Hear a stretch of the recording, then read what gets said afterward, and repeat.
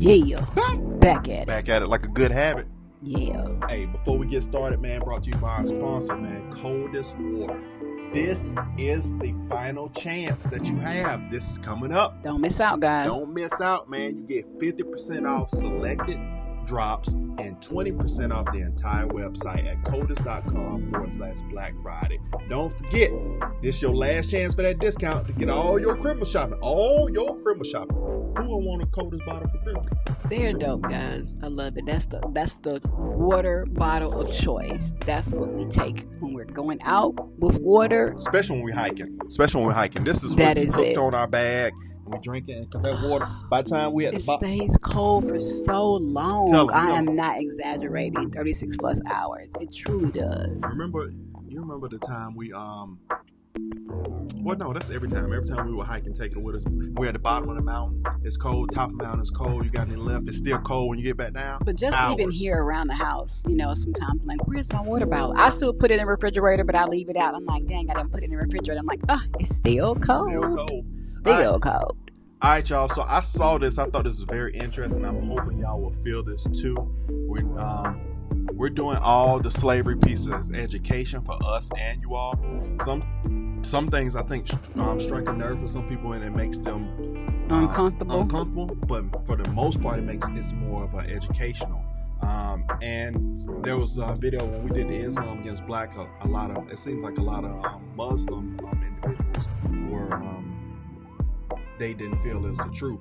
We don't know. We'll see the video and we'll put out there. We appreciate y'all comments and things like that. But this is all just educational for us. You know what I'm saying? It is. And if you want to, research and do a little bit of research yourself, go and do more research. Right. That's pretty much all I can say. But I think what happens is, if anything, if a person might not even do the research, it's just getting a natural offense based on belief.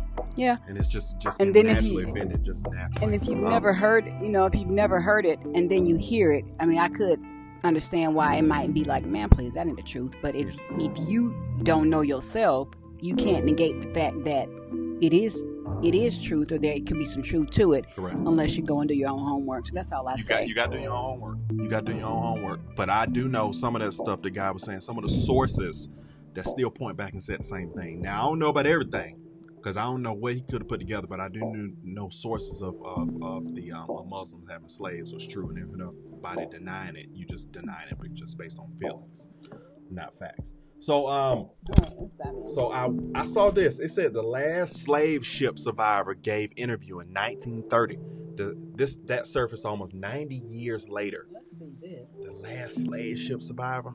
Wow, man. Wow.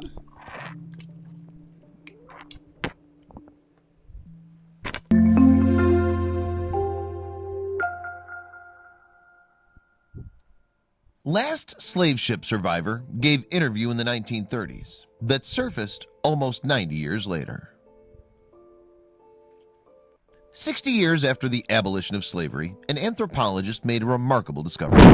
She located the last surviving slave on the last ship to bring Africans to the United States. Wow. In his own words, a heartbreaking story of a young African man who'd been kidnapped from his home, crammed into a boat for months, and sent off to America to be sold as a slave. In the 1930s, Zora, an anthropologist, conducted many interviews with the last survivor, but she'd struggled to find someone who would publish her findings in a book. Black emancipation was the last thing people were interested in reading about. In fact, they're only now being released to the public in a book. Zora's book tells the story of Kudjo, who was born in what is now the West African country of Benin. He was only 19 years old when members of the neighboring Dahomian tribe beat him, captured him, and took him to the coast to be sold off. A significant time in Kudjo. When that Woman King went to Dahomey, it was the Dahomey tribe. They captured. I don't know. I remember hearing that on Woman King. Okay. I'm like, wait a minute. This does sound a little familiar. Life, he was a young man who dreamt of marrying his childhood love and starting his own family. He'd known of friends and family who'd been kidnapped by slave traders and sent off to unknown lands, but he'd tried his best to evade them and was hopeful he would be one of the lucky ones. But he was wrong.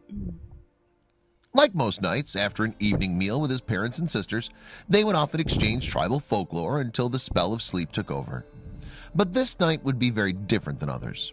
This night would shatter lives. I ain't trying to joke, but I thought it looked like Young Thug for about 2 seconds on there. I'm sorry. Look at look. He does not look like Young Thug. Cujo and his family had finished their nightly tradition and were in the midst of sleeping when numerous men with swords barged into their home. Startled and terrified, Cujo and his family asked them what they had wanted and demanded they leave. But there was no chance. They would not leave until they got what they'd come for. The men from the neighboring Dahomian tribe beat Cujo and told him to say his goodbyes. There was no room or time for questions or objections. His family bent helpless to the merciless. And I believe for That's them to messed just up. go in and conquer like that, that means that they were allowed to go over and take. Of course, he It just said. It was no way that they would just go on this land and just run them, start, plummeting tribes. So the tribe's like, nope, they right over there. Go ahead and get the ones that are left. Go ahead and, you know what I'm saying? Mhm. It had to be allowed. There had to be agreement for them to just come over there like that. Cujo looked at his family, especially his mama, knowing it would be the last time he would ever see them again. When Cujo had been brought to the shore, as he looked around, men like himself stood on platforms, helplessly waiting to be sold. Within a few minutes, but what had seemed like days, Cujo and about 120 others were sold into slavery and crammed into the Clotilda, the last slave ship to reach the continental United States. Last one. The Clotilda brought its captives to Alabama in 1860. Even though slavery was legal at that time in America, the international slave trade was not. America had outlawed the practice in 1807. But Cujo Lewis's journey is an example of how slave traders went around the law to continue bringing over human cargo. Wow. To avoid detection from authorities, Cujo's captors snuck him and the other survivors into Alabama at night. They were forced to hide in a swamp for several days. They sat quietly in the darkness and cold, awaiting their unknown fate. At this point, it had been several days that the fearful captives had battled hunger and thirst. But even then, they were still lucky to survive. Due to hunger, physical abuse, and filthy conditions, countless captives died on their voyages. To hide the evidence of their crime, the 86-foot sailboat was then set ablaze on the banks of the Mobile Tensaw Delta. Its Dang. remains have been uncovered in January 2018. Wow. This would guarantee destroying any 18. possible trace of human cargo entering the country. Cujo's narrative provides a first-hand account of the devastating trauma of slavery. His interview gave the world a magnified lens into the grim reality of the process of slavery and the forgotten horror of the voyages to unknown places.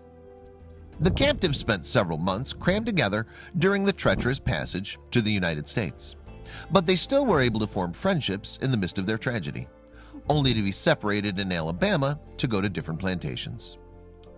After months crammed together in filthy conditions, there was still light to be found.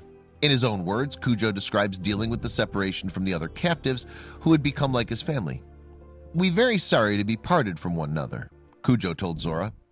"We 70 days crossed the..." Why is it that when you see stuff that's related to Alabama or slavery, it always show like this path, this look of these trees? It always make you feel like whenever I see that setup, I don't think beauty. It seems depressing whenever you see those setups like Yeah, that. because it makes you know, it lets you know that you're on the plantation. That's the long road to get to the street. Yeah. Yeah. Yep. That's like when we were in South Carolina. I was Oh. like, ooh, that's a state that I honestly, I'm sorry, don't have to go back to. No, don't say that. Well, 'Cause not- we love the Carolinas. Well, yeah, but I'm just saying where we were, I guess, because all I could think about was the slavery. You're talking about when we were on Hilton Head. yeah, Because Hilton around Head that area. was a port area. Yeah, So you just and we got friends and family there, so yeah, I love the I don't Carolinas. mean it like that, but it's all I could think about because that's all you saw. yeah. Well, where we were, Yeah. yeah. It went first time seeing that, it was like everything was plantation. I was like, this ain't fun. Mm-mm. This ain't fun. Not at all. All right. water from the Africa soil, and now they part us from one another, therefore we cry. But Cujo's anguish is reflected the most when he speaks about his mom. During the interview with Zora, Cujo could barely find the words to describe the emotions he's felt throughout his life when he thinks of her. He often stops the interview to cry. My grief's so heavy, I can't stand it. I think maybe I die in my sleep when I dream about my mama. When Cujo finally arrived at the slave plantation, no one spoke his language, nor could they explain to him where he was or what was going on. He only knew one thing, something that didn't require any language whatsoever. He knew he was a white man's property and forever enslaved to him. But while Cujo worked for years as a slave, something radical was happening in America that would forever change the course of its history. Cujo had no idea that the Civil War had begun, but partway through he began to hear that the North had They got that fire. Look at that fire. started a war to free enslaved people like him. He dismissed the thought, thinking that day would never come. He'd lost all that was important to him, including his dignity. There was no room for hope in his mind. A few days after, Confederate General Robert E. Lee surrendered in April '65. One day when Cujo and other enslaved people were working on a boat, Union soldiers walked by and told them something Cujo never thought they'd ever hear. You're free. Whoa. Not sure where to go or simply what to do next, in a country that had been nothing but terrible to him, he didn't have a dollar in his pocket nor a place to sleep. Cujo expected to receive some sort of compensation for being kidnapped and forced into slavery, and was frustrated to discover that emancipation didn't come with the promise of 40 acres and a mule. I wonder, I was just thinking, it's coming to my mind. So when they let the slaves know throughout the history of that period, from when it was known that slavery had been abolished, were there any slaves that put themselves in a powerful position and then left from America and went back to Africa? Was there any window of time or any slaves or multiple slaves that figured out how to get everything together and go back? That's a good question. I don't know. Because I just think about how unbelievably hard or impossible it would have been to be able to get back unless you had funds, resources, boat, you know what I'm saying? Yeah. Frustrated by the refusal of the government to provide him with land to live on after stealing him away from his homeland, he and a group of 31 other free people saved up money to buy land near the state capital of Mobile, which they called Africa Town. Wow. Cujo would never see his family again, but dreamt about his mama until the day he died. Wow. Preach it. That's sad. Wow, that's really, really sad. And I was thinking, unless, you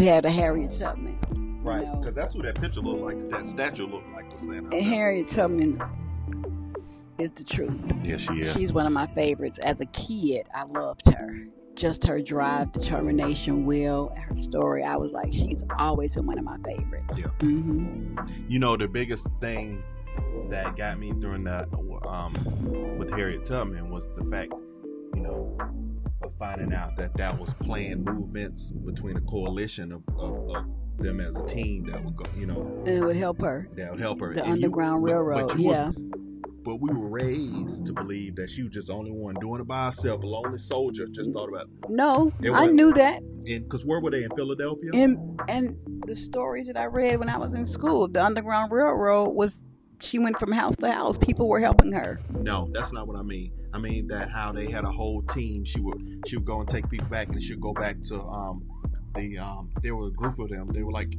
their freedom. What was the name of their coalition? They would go and get slaves, but then it was in the north somewhere.